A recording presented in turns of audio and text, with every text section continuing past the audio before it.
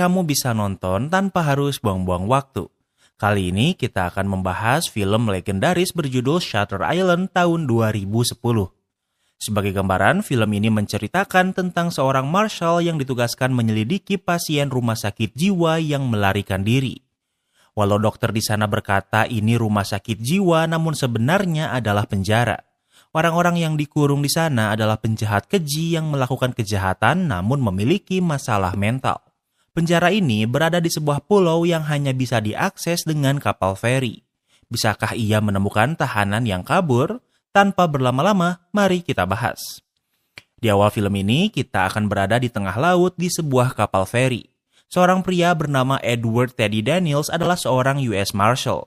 Ia ditugaskan untuk memeriksa seorang tahanan yang melarikan diri dari penjara. Di luar, Teddy bisa melihat seorang pria.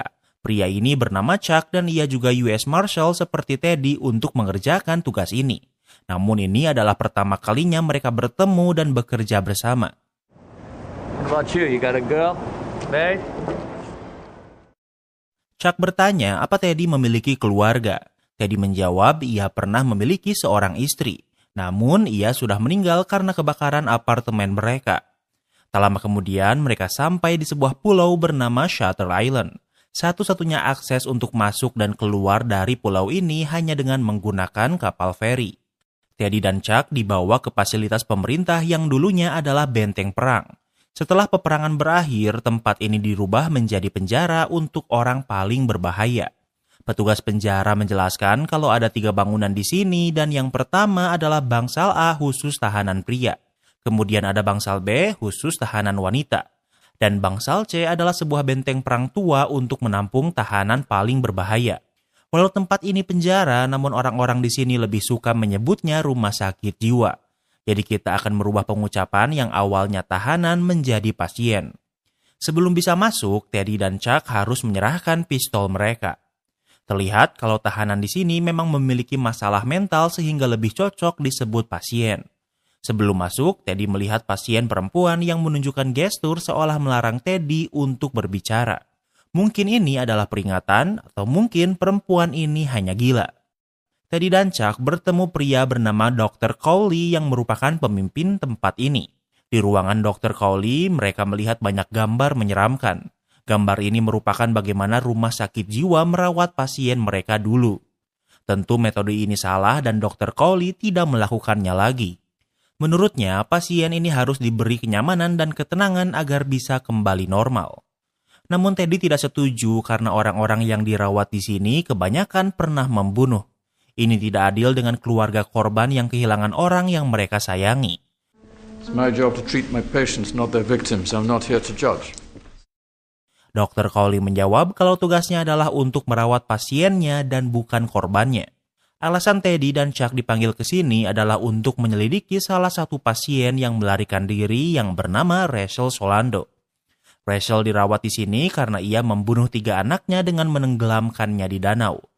Namun Rachel masih berpikir kalau anak-anaknya masih hidup, bahkan tempat ini adalah rumahnya. Di matanya, para perawat dan pasien lain hanyalah seperti tukang pos atau tetangganya. What's more disturbing is we don't know how she got out of her room. Namun masalahnya, Dr. Cowley tidak tahu bagaimana Rachel keluar dari selnya. Pintu dikunci dari luar dan satu-satunya jendela dipasangi jeruji besi. Teddy dan Chuck dibawa ke sel Rachel. Perawat yang mengantar Rachel berkata, ia mengantar Rachel ke sini setelah terapi grup. Saat ia patroli di tengah malam, Rachel sudah menghilang. Sanity is not a choice.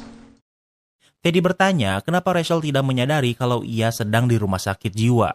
Dr. Cowley menjawab kalau kewarasan bukanlah sebuah pilihan. Semua pasien diberi 2 pasang sepatu. Chuck bisa menemukan 2 pasang sepatu di lemari Rachel yang artinya Rachel melarikan diri tanpa alas kaki. Sementara Teddy menyadari ada lantai kayu yang bisa dibuka. Di sana ia menemukan sebuah kertas bertuliskan Hukum 4 dan Siapa 67. Dr. Cowley bisa mengenali tulisan ini sebagai tulisan tangan Rachel. Namun ia tidak tahu maksud Hukum 4 atau Siapa 67. This paper could be important. Excuse me, doctor, but we're gonna have to hold on to this. Dr. Cowley pikir kalau Rachel tidak bodoh bahkan bisa dibilang jenius. Kertas ini ingin Dr. Cowley bawa namun Teddy melarangnya. Kemudian mereka pergi ke aula tempat biasa pasien berkumpul. Setelah lampu dimatikan, para perawat sering bermain kartu di sini. Semalam ada 7 perawat yang bermain kartu di meja ini. Jika Rachel melarikan diri, artinya ia harus melewati mereka, namun tak ada satupun dari mereka yang melihat Rachel semalam. Teddy ingin berbicara dengan para staf. Dr. Coley menjawab kalau ia akan mempertimbangkan permintaan Teddy. This is not a request, doctor. Namun Teddy tidak meminta, melainkan memerintah karena posisinya sebagai marshal lebih tinggi. Dr. Coley menjawab kalau ia akan mengumpulkan para staf nanti malam. Sambil menunggu, Teddy ikut mencari Rachel di sekitar pulau bersama penjaga lain. Namun seperti yang Teddy lihat, ia merasa para penjaga di sini tidak berusaha mencari Rachel. Di sana Teddy melihat sebuah mercusuar yang dijaga beberapa penjaga. Wakil kepala sipir berkata kalau mercusuar itu kini dipakai sebagai tempat pengelolaan limbah. Di malam hari, para staf dikumpulkan namun mereka semua tidak melihat Rachel malam kemarin. Sebelum dikirim ke kamarnya, Rachel mengikuti grup terapi namun tak ada yang aneh dengannya. Grup terapi ini dipimpin seorang dokter bernama Dr. Sheehan. Dr. Sheehan juga adalah dokter utama Rachel. Teddy ingin berbicara dengan Dr. Sheehan, namun ternyata saat ini Dr. Sheehan sedang tidak ada karena pergi berlibur pagi ini. A dangerous patient has escaped and you let her primary doctor leave? Chuck bingung kenapa Dr. Coley mengizinkan Dr. Sheehan berlibur padahal ia tahu kalau Rachel melarikan diri. Mereka mencoba menelpon pulau utama, namun karena badai yang terjadi malam ini mereka tidak bisa menghubunginya. Sebagai informasi, film ini berlatar waktu di tahun 1954, dan tentunya di tahun ini teknologi komunikasi masih sangat terbatas. Tak bisa melakukan apa-apa lagi, Teddy dan Chuck diundang ke tempat tinggal Dr. Coley. Tempat ini sangat megah karena sebelumnya digunakan sebagai rumah komandan saat perang terjadi. Di sini juga ada dokter senior lain bernama Dr. Jeremiah. Dengan hanya berbicara sesaat dengan Teddy, Dr. Jeremiah bisa menganalisa Teddy sebagai pria yang cerdas yang pandai menginterogasi. Sebelum menjadi marshal, Teddy adalah seorang tentara yang dikirim untuk berperang melawan Nazi Jerman. Karena pernah ditugaskan di Jerman, membuat Teddy bisa berbahasa Jerman. Ia menyadari walau Dr. Jeremiah bisa berbahasa Inggris dengan sangat baik, namun Teddy bisa mengenalinya sebagai orang Jerman. Di masa ini menjadi orang Jerman adalah sesuatu yang sensitif dan dicurigai. Teddy ingin meminta file Dr. Sheehan dan semua staf, namun Dr. Jeremiah menolaknya. Dr. Coley juga tidak ingin memberikan berkas itu sehingga membuat Teddy marah. Ia merasa kalau ada yang disembunyikan di tempat ini. Teddy dan Chuck akan segera pergi dari pulau ini besok dengan ferry dan memberitahu FBI. Karena tidak bisa pergi sekarang, membuat Teddy dan Chuck akan menghabiskan malam di ruang perawat. Chuck bertanya apakah mereka benar-benar akan menghentikan penyelidikan. We haven't heard the truth once yet, Chuck. Teddy menjawab kalau mereka belum mendengar satupun kebenaran hari ini. Teddy pikir Rachel tidak mungkin melarikan diri tanpa sepatu. Sepertinya seseorang sengaja menculik Rachel. Di pagi hari, Teddy terbangun karena ruangannya bocor sehingga badannya basah kuyup. Hujan semakin besar yang menunjukkan badai sehingga kapal feri tidak akan datang dengan cuaca seperti ini. Tak bisa pergi, Chuck dan Teddy menemui Dr. Coley. Jika Dr. Coley tidak ingin memberikan data stafnya, maka Teddy ingin berbicara dengan pasien lain di grup yang sama dengan Rachel. Teddy bertanya metode apa yang rumah sakit berikan pada Rachel. Dokter menjawab Rachel diberi beberapa obat untuk mencegahnya melakukan kekerasan, tapi pengaruhnya sangat singkat. The greatest obstacle to her recovery was her refusal to face what she had done. Masalah terbesarnya adalah Rachel sendiri yang menolak kenyataan kalau ia sudah membunuh ketiga anaknya. Sehingga ia membuat skenario di kepalanya kalau ia tidak melakukan itu. Kemudian, Teddy dan Chuck menginterogasi beberapa pasien yang berada di grup terapi yang sama dengan Rachel. Yang pertama adalah seorang pria. Ia tahu kalau Rachel menenggelamkan anak-anaknya. Do you know a patient named Andrew Ladis? Do you? No! No! Tiba-tiba Teddy bertanya apakah ia tahu pasien bernama Andrew Ladis. Pria ini menjawab tidak dan tidak ingin lagi berbicara dengan Teddy. Pasien selanjutnya yang diinterogasi adalah perempuan ini. Perempuan ini cukup normal dibandingkan pasien lain. Ia menjelaskan Rachel sebagai orang yang tertutup sehingga tak banyak yang ia tahu. And Dr. Sheehan was there that night. Kini Teddy bertanya tentang Dr. Sheehan. Ia menjelaskan kalau Dr. Sheehan adalah dokter yang baik dan tampan. perempuan ini meminta segelas air sehingga Chuck pergi membawanya. Saat hanya berdua, perempuan ini menuliskan sesuatu di buku Teddy. Never heard of it. Setelah Chuck kembali, Teddy bertanya apakah ia pernah bertemu pasien bernama Andrew Ladis. Perempuan ini menjawab tidak, namun seperti dipenuhi ketakutan, kemudian ia pergi. Teddy pikir kalau pasien yang mereka temui sebelumnya sudah dilatih untuk tidak membicarakan Rachel atau Andrew Ladis. Chuck bertanya siapa Andrew Ladis karena Teddy terus menanyai pasien yang ia temui. Teddy menjawab kalau alasan ia menerima kasus ini adalah karena Andrew Ladis.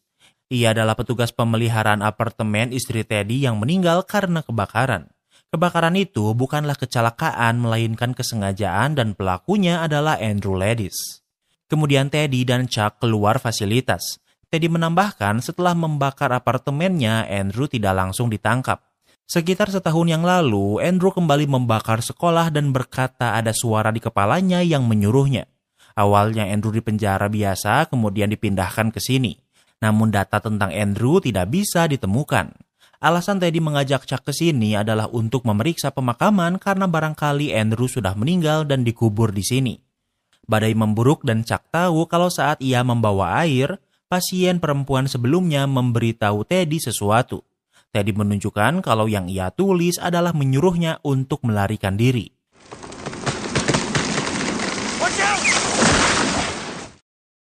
Mereka masih mencari makam Andrew, namun sebelum mereka bisa memeriksa lebih jauh, badai memburuk sehingga mereka harus berlindung. Chuck bertanya jika Teddy berhasil menemukan Andrew, apa yang akan ia lakukan padanya.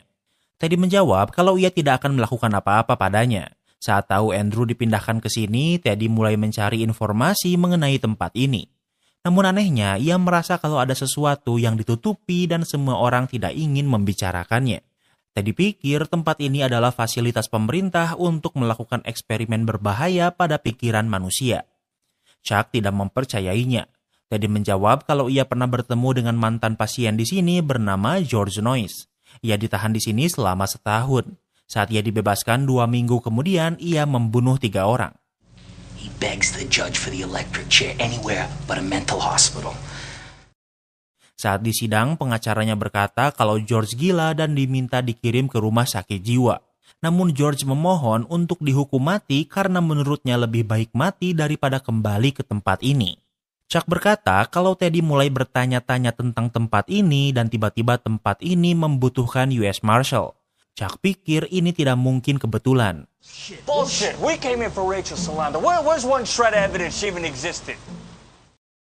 Sistem keamanan di sini sangat ketat sehingga aneh Rachel bisa melarikan diri tanpa ada yang pernah melihatnya. Bahkan tidak ada bukti kalau ada pasien bernama Rachel. Chuck pikir bagaimana jika tempat ini sengaja memancing Teddy ke sini untuk mengurungnya. Marshall, are you out here? Di saat yang sama, petugas menemukan mereka dan menjemputnya untuk kembali ke bangunan utama. Setelah mandi, pakaian Chuck dan Teddy basah sehingga mereka akan memakai pakaian perawat. Selain itu, rokok mereka juga basah sehingga ia diberi rokok dari rumah sakit. Kemudian Chuck dan Teddy memasuki ruangan Collie yang saat ini sedang melakukan rapat. Teddy bertanya apakah Collie sudah tahu tentang maksud surat Rachel yang berkata siapa 67. Saat rapat, Teddy mendengar kalau bangsal C ada 24 pasien dan 42 pasien di bangsal A dan B. Jika ditotalkan, artinya ada 66 pasien di rumah sakit ini. Teddy pikir kalau Rachel tahu bahwa ada pasien ke-67 di sini. Didn't McPherson tell you the good news? Rachel's been found. Collie membantahnya, bahkan ia memberitahu kalau Rachel sudah ditemukan. Teddy dan Chuck memeriksa Rachel, namun dari kakinya tidak ada luka sedikit pun. Padahal Rachel menghilang tanpa alas kaki. Who are these men? Why are they in my house? Teddy menanyai Rachel, namun Rachel berhalusinasi dan berpikir kalau ia sedang di rumah. Bahkan Rachel pikir kalau Teddy adalah suaminya. Namun tiba-tiba Rachel menjadi agresif sehingga tak ada yang Teddy dapatkan darinya. Tiba-tiba Teddy menjadi pusing dan baginya cahaya dari halilintar ini sangat terang sehingga kepalanya semakin sakit. Collie memberi obat untuk meringankan sakit Teddy kemudian membawanya ke ruang perawat. Setelah tertidur cukup lama, di pagi hari Teddy terbangun dengan perawat dan penjaga yang panik. Badai semalam sangat buruk sehingga banyak pasien yang keluar dari bangsal masing-masing. Sepertinya semua listrik di tempat ini mati. Teddy dan Chuck memutuskan untuk pergi ke bangsal C. Teddy menjelaskan kalau George bercerita kalau pasien terburuk disimpan di bangsal C. Bangsal terketat dibandingkan 2 bangsal lainnya. Bangsal C adalah bekas bangunan perang sehingga tempat ini lebih mirip penjara daripada bangsal lain. Tag, you're in! Tiba-tiba seorang pria gila mengajak mereka bermain kucing-kucingan. Teddy terpancing dan mengejarnya namun ia terpisah dengan Chuck.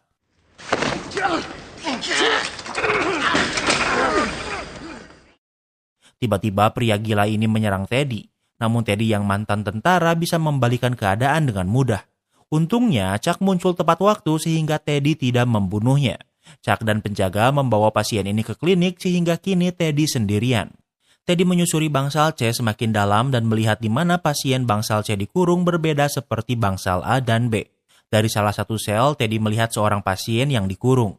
Ternyata orang ini adalah kenalan Teddy yaitu George, orang yang memberitahunya tentang tempat ini. This is a game. All of this is for you. George dipenuhi luka dan Teddy bingung kenapa George ada di sini. George berkata kalau semua ini adalah permainan. Semua ini dilakukan untuk Teddy. George bertanya apa Teddy sendirian. Teddy menjawab iya bersama Chuck. George menambahkan kalau Teddy pasti tidak pernah bekerja dengan Chuck sebelumnya. Dan ini memang pertama kalinya mereka bertemu. You want to uncover the truth? You gotta let it go. George berkata kalau Teddy harus memilih untuk mencari kebenaran atau membunuh Andrew. Teddy tidak bisa melakukannya sehingga George pikir Teddy tidak akan pernah bisa pergi. He's not in this ward. George juga memberitahu kalau Andrew sudah tidak ada di sini. Ia dipindahkan tapi juga tidak ada di bangsal pria. Satu-satunya tempat yang belum diperiksa adalah mercusuar. Kemudian Teddy mengajak Chuck untuk ke mercusuar. Teddy bertanya kemana saja Chuck selama ini. Chuck menjawab saat ia membawa pasien sebelumnya, ia mencari berkas Andrew dan hanya menemukan selembar kertas. Chuck ingin Teddy melihatnya, namun Teddy menolaknya. Setelah berjalan cukup lama, mereka salah mengambil jalan dan berada di sisi lain mercusuar. Chuck lebih mengajak kembali karena kertas yang ia temukan membuktikan kalau Andrew adalah pasien ke-67. Namun Teddy menolak dan tetap ingin ke mercusuar, namun kini ia ingin pergi sendiri. Teddy melanjutkan perjalanan, namun karena tidak bisa menemukan akses ke mercusuar karena air yang pasang membuat Teddy tidak bisa ke mercusuar. Ia kembali ke tempat Chuck sebelumnya, namun ia tidak bisa menemukannya. Namun di sisi tebing, ia melihat rokok yang masih menyala. Saat memeriksa ke bawah, Teddy bisa melihat Chuck yang terjatuh dari tebing. Dengan cepat, Teddy menuruni tebing untuk menyelamatkan Chuck. Namun setelah Teddy menuruni tebing, ia tidak bisa menemukan tubuh Chuck. Dari gua di tebing, Teddy melihat ada cahaya. Ia memanjatnya, namun ia tidak menemukan Chuck di sana. Yang ia temukan adalah seorang perempuan yang ternyata adalah Rachel Solando yang asli, pasien yang melarikan diri dari selnya. Rachel berkata sebelum ia menjadi pasien di sini, ia adalah dokter di sini. Rachel menjelaskan kalau di sini dilakukan eksperimen untuk membuat senjata biologis. Jika ada pasien yang menceritakan ini pada orang lain, orang-orang tidak akan mempercayainya karena mereka dianggap tidak waras. Teddy tidak mempercayainya. Rachel bertanya apakah belakangan ini Teddy sering merasa pusing. Teddy mengiyakannya dan Rachel memberitahu kalau perawat memberikannya obat untuk membuatnya gila. Karena semua orang di tempat ini tahu tentang eksperimen ini. Keesokan harinya, Rachel tidak ingin Teddy terus di sini karena para penjaga akan mencarinya. Teddy berhasil memanjat tebing dan kembali ke rumah sakit. Penjaga menemukannya, kemudian Teddy diantar dengan mobil. Saat kembali, Teddy ingin segera pergi dari pulau ini, namun Dr. Jeremiah menghentikannya. What's this, doctor? Teddy menyadari dokter memegang suntikan sehingga Teddy menjadi agresif dan balik menyuntikannya. Teddy keluar dengan mengendap-endap. Agar tidak dikejar, Teddy meledakkan mobil milik Cowley. Kemudian Teddy kembali ke mercusuar. Teddy bisa mengalahkan penjaga agar bisa mengakses mercusuar. Teddy memasuki mercusuar namun tak banyak yang ia temukan di sana. Why are you all wet, baby? Namun di ruangan paling atas yang ia temukan adalah Cowley. Cowley tidak takut karena ia tahu Teddy akan ke sini dan senapan yang ia pegang tidak memiliki peluru. Teddy berkata kalau ia sudah bertemu dengan Rachel yang asli dan Cowley tidak bisa menemukannya. Cowley mempercayainya karena Rachel tidak nyata. Cowley pikir kalau Teddy delusional. Teddy pikir Cowley memberinya obat untuk mempengaruhinya. Cowley menjawab justru sebaliknya. Teddy tidak meminum obat yang biasa ia minum. Gejala seperti pusing dan tangan yang bergetar adalah bagian dari sakaunya. You've been here for 2 years, a patient of this institution. Sebenarnya, Teddy sudah menjadi pasien di sini selama 24 bulan. Teddy pikir kalau Cowley sedang membuatnya mempercayainya kalau ia sudah gila. Cowley memberikan berkas miliknya untuk Teddy baca. Teddy dijelaskan sebagai pasien yang sangat pintar dan sangat delusional. Veteran perang yang dikenal kasar, tidak menunjukkan penyesalan atas kejahatan yang dilakukannya karena ia menolak kejadian itu pernah terjadi. Kemudian Cowley menunjukkan 4 nama. Ada Edward Daniels, Andrew Ladis, Rachel Solando, dan Dolores Channel. Yang dimaksud dengan hukum 4 adalah ini. Andrew Ladis adalah anagram dari Edward Daniels, dan Rachel Solando adalah anagram dari Dolores Channel. Sebagai pengingat, saat perkenalan nama Teddy adalah Edward Teddy Daniels. Sehingga kita memanggilnya Teddy. Artinya, Andrew yang selama ini Teddy cari sebenarnya adalah ia sendiri. Dan Rachel Solando sebenarnya adalah Dolores yang merupakan istri Teddy. Your crime is terrible, one you can't forgive yourself for, so you invented another self. Cowley menjelaskan Teddy melakukan kejahatan yang tidak bisa ia maafkan sendiri. Sehingga ia membuat skenario di kepalanya kalau ia adalah orang lain yang tidak pernah melakukan kejahatan itu. I wish I could let you just live in your fantasy world. Sebenarnya, Cowley ingin Teddy hidup di fantasinya karena setidaknya ia bahagia. Namun masalahnya Teddy terlatih dan berbahaya sehingga ia tidak bisa membiarkannya. Ternyata orang yang memukuli George adalah Teddy 2 minggu yang lalu. Hal ini karena George memanggilnya Andrew dan Teddy tidak ingin menjadi Andrew. Tak lama kemudian Chuck muncul dengan berpakaian jas. Ternyata Chuck sebenarnya adalah Dr. Sheehan, dokter utama Teddy selama 2 tahun di sini. Teddy menjadi agresif dan mencuri pistolnya. Namun pistol ini bukan pistol asli karena terbuat dari plastik. Teddy masih tidak mempercayainya. Chuck berkata kalau istri Teddy Dolores gila dan membakar apartemen mereka. Jadi yang membakar apartemen ini bukan Andrew melainkan Dolores. Karena itulah Teddy dan Dolores pindah ke rumah di pinggir danau. Cowley menunjukkan foto anak Teddy yang sudah meninggal. Kini Teddy mengingat kenyataannya. Teddy baru saja pulang ke rumahnya. Di luar ia melihat istrinya sedang bersantai di pinggir danau. Namun di danau, Teddy melihat ketiga anaknya yang sudah meninggal. Mereka dibunuh oleh Dolores dengan cara menenggelamkan mereka. Kematian mereka membuat luka di dalam hati Teddy. Sangat dalam sehingga ia membunuh Dolores dengan menembaknya. Inilah kenyataan yang ingin Teddy lupakan hingga ia membuat skenario di kepalanya di mana semua ini tidak pernah terjadi. Waktu berlalu, Teddy tersadar di sebuah ruangan. Kini Teddy sudah mengingat semua kenyataannya. Teddy pikir ia mengabaikan masalah mental istrinya sehingga ketiga anaknya menjadi korban.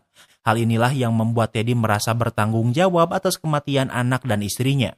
Cowley memberitahu Teddy pernah membaik 9 bulan yang lalu, namun kemudian Teddy kembali membuat skenario. Seolah Teddy direset dan dimulai dari awal. Cowley ingin Teddy menerima kenyataan ini dan tidak delusional lagi. Waktu berlalu di suatu hari yang damai, Chuck mendekati Teddy dan Teddy masih memanggil Dr. Sheehan Chuck dan berpikir mereka masih US Marshal. Hal ini menunjukkan kalau Teddy kembali membuat skenario di kepalanya. Artinya, semua treatment yang dilakukan di rumah sakit sejauh ini masih belum berhasil. Kini Teddy dipindahkan ke tempat lain yang sepertinya akan dipindahkan ke Bangsal C. Dan dengan begitu, film ini pun berakhir. Kini kita masuk ke sesi rating. Yang pertama adalah tema. Tema film ini adalah pure misteri yang berubah menjadi psikologi. Di awal kita dibuat seolah mencari pasien yang melarikan diri. Namun semakin jauh memasuki film dibuat seolah Teddy dijebak di sini. Walau tentu endingnya yang bikin nyesek. Film psikologi kadang memang bikin pusing. Banyak delusi Teddy yang Mimin gak tampilin biar ceritanya...